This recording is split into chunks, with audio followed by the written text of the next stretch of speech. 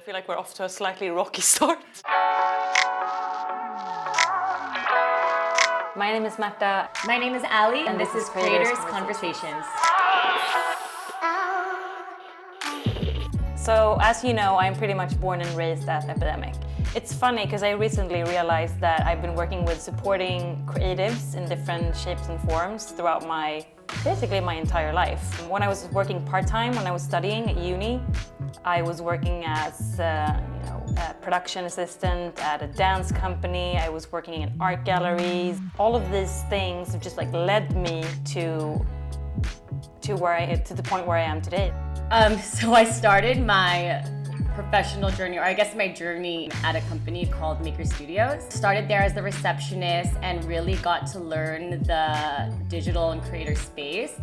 Just seeing all the YouTubers come through the door, and just kind of figured out really at Maker what I wanted to do, and that's where I realized that I wanted to manage YouTube creators and work with them more directly. So then I moved up to a manager role at Maker, and I was there for almost 5 years. You worked with YouTube creators in kind of the dawn of the YouTube industry. How was it being in the middle of that? It was crazy. I was working a lot with the OGs, Timothy Delgado, Shay Carl, Andrew's Choice, and they got on YouTube, almost 11 years ago now. And at the beginning, they were on there just kind of making skits and having fun on the platform. And I don't think they even realized how big they can get and how they can build an audience. So what happened, I think it was my second year at Epidemic, was that we started working with a lot of the big MCNs in the industry. That's how our paths crossed initially, right, Ali? You were working at Maker, and we signed these big agreements with Maker and Broadband TV and all of the big MCNs because they had a problem. They needed to provide cleared music of great quality to all of their creators that were connected to them in their network. And we provided that. But we pretty quickly realized that if we want to be able to support the creators in the best way possible, the online creators, making sure that their content can flow between platforms and they can get super creative with the music that they're using, we need to be working with them directly. So that's when we launched what we call the YouTube subscription in the early days, which is today called the personal plan, and it covers all of the different platforms where you need to be covered for your music usage. And we launched that, and it instantly just grew. It grew organically because there was such a big need. There was such a big problem with music licensing and how to use music. There was also not only a problem, but also this big gap of understanding of how does music licensing work and copyright, and it's pretty damn complicated. I've worked at the company for 6 years, and sometimes I get a bit wait, how does this work again?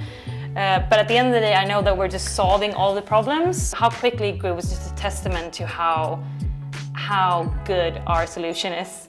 I think it's also really cool to see the creators grow with us. I think Daniel Schiffer, shout out. He, just uploaded a video about this yesterday, and he talks about starting his career, and I think we were a part of that early start with him, and got to do different sponsored videos and campaigns and really work with him and collaborate with him throughout the years. And I just remember when I finally got to meet him for the first time in Toronto, he was like, Allie, have you seen my signups lately? And I hadn't really looked, I hadn't really thought about it, And he was like, look at them. And I looked, and he has just been killing it, and killing it, generating a lot of signups for us, and it's not attributed to a specific video or anything he did with us. He was growing as a creator himself, and I think that same weekend we celebrated 1 million subscribers for him too. And yes, I just think that has been, or that's one big milestone, I think, for me, and for Daniel. Peter McKinnon is an enigma. One of my highlights from working with Peter throughout all these years is when we brought him to the north of Norway to make this really amazing music piece on Oi, one of our great artists.